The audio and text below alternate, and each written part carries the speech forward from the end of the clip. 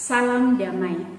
Saudara-saudari, kita berjumpa lagi dalam Inspirasi Sabda bagi Keluarga, Komisi Keluarga Keuskupan Agung Medan. Hari ini, Kamis 15 September 2022, Gereja memperingati Santa Perawan Maria berduka cita. Inspirasi Sabda bagi kita dari Injil Yohanes bab 19 ayat 25 sampai 27. Waktu Yesus bergantung di salib, di dekat salib itu berdirilah ibu Yesus dan saudara ibu Yesus, Maria, istri Kleopas, dan Maria Magdalena. Ketika Yesus melihat ibunya dan murid yang dikasihinya di sampingnya, berkatalah ia kepada ibunya, "Ibu, inilah anakmu." Kemudian katanya kepada muridnya, "Inilah ibumu." Dan sejak saat itu, murid itu menerima ibu Yesus di dalam rumahnya. Demikianlah sabda Tuhan. Terpujilah Kristus.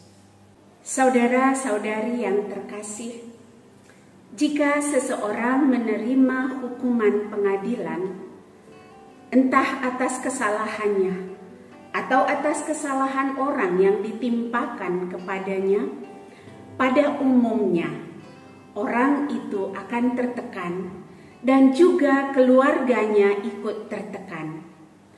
Keluarga biasanya ikut menanggung akibat dari hukuman itu. Mereka merasa malu sehingga banyak keluarga yang ketika bagian keluarganya menerima hukuman itu, mereka jadi menyisihkan diri, mengasingkan diri dari keramaian. Bahkan mungkin mereka tidak mau berjumpa dengan kerabat atau sahabatnya, sebab dihukum merupakan sesuatu yang menyakitkan, sesuatu yang membuahkan sebuah kedukaan bagi orang yang menerima, juga bagi keluarganya sendiri. Karena itu, tidak jarang orang yang menerima penghukuman itu sungguh-sungguh tertekan di dalam hidupnya. Hari ini, gereja memperingati Santa Perawan Maria yang berduka cita. Ya, Maria begitu berduka. Anak tunggalnya, anak yang sangat dikasihinya, anak yang selalu dididiknya dalam kebaikan dan cinta kasih, harus menanggung hukuman salib. Banyak orang yang memperolok, mensesah, dan akhirnya mereka memajang sang putra di gantungan salib atas kesalahan yang tidak pernah ia perbuat. Hukuman yang sangat berat, sangat tidak adil, dan tentu saja sungguh mematikan hati rasa seorang ibu. Maria sungguh-sungguh berduka, dan betapa sesungguhnya ia ingin berontak atas situasi yang dialami oleh putranya. Namun saudara-saudari yang terkasih, dari Injil kita tahu, kita mendengar bahwa Maria tidak bersembunyi, Maria tidak lari, ia ada menemani putranya.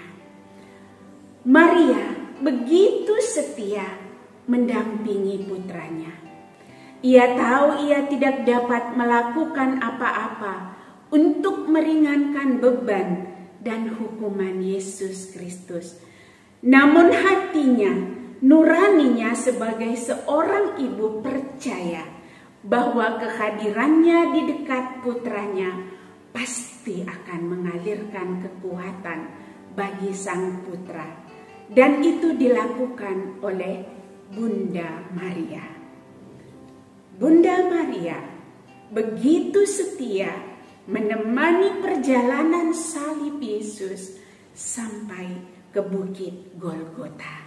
Dalam Injil hari ini, di Yohanes 19 ayat 25 tadi dikatakan, di dekat salib Yesus berdiri ibunya dan saudara ibunya, menunjukkan betapa Bunda Maria sungguh-sungguh ada mendampingi Yesus.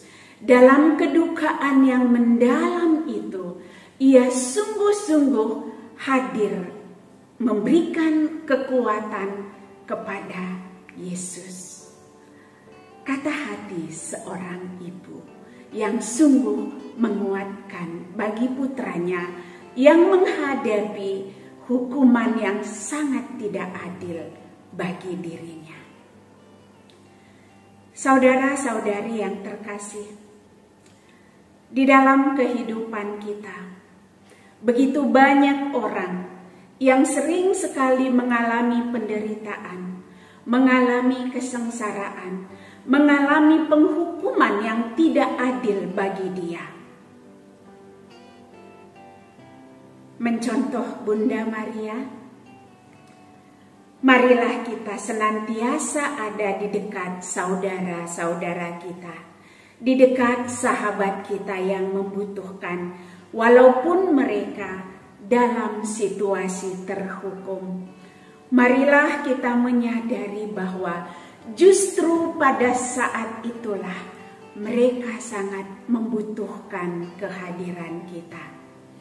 Sebagaimana Bunda Maria dengan kebersahajaannya mencoba mengalirkan kekuatan kepada Yesus, marilah kita juga belajar mengalirkan kekuatan kepada sesama kita yang tersisihkan. Bagaimanapun, mereka itu membutuhkan teman menjalani masa sulitnya. Apalagi kalau ia dihukum bukan karena perbuatan salahnya, tetapi karena kesemena-menaan orang lain terhadap dia.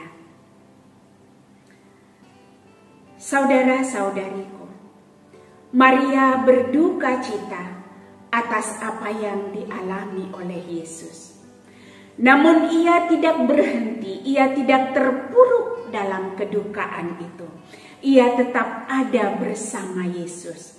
Dan ia tetap mendampingi para murid yang juga begitu ketakutan, begitu merasa tersingkirkan setelah Yesus wafat. Bunda Maria selalu ada bersama para murid. Bunda Maria menjadi ibu bagi mereka semua. Sampai akhirnya Roh Kudus turun atas mereka pada hari Pentakosta. Bunda Maria tetap ada bersama-sama dengan para murid. Artinya apa? Dalam kedukaannya, Bunda Maria tetap berpengharapan bahwa Allah mempunyai rencana yang begitu baik atas dirinya. Dan ia percaya di balik kedukaannya saat mendampingi Yesus di perjalanan salib, akan ada kemuliaan yang ia peroleh dalam hidupnya. Dan itu sungguh nyata bagi Bunda Maria. Kelahiran gereja perdana disaksikan sendiri oleh Bunda Maria. Maka saudara-saudariku yang terkasih, jika dalam hidup kita juga sering sekali mengalami kedukaan, kita sering mengalami keterpurukan, dan kita juga melihat banyak sesama kita yang mengalami hal itu. Mari jangan berhenti dalam kedukaan dan keterpurukan itu. Percayalah, di balik duka itu Tuhan mempersiapkan sesuatu yang baik untuk kita. Di balik hujan ada pelangi. Di balik kedukaan pasti ada sukacita menanti. Mari belajar untuk menjalani kedukaan kita dengan penuh iman, dan mari belajar untuk mendampingi saudara kita yang berduka, yang membutuhkan pertolongan kita, sehingga kita semua sungguh-sungguh bisa menjadi saksi Kristus yang sejati. Amin.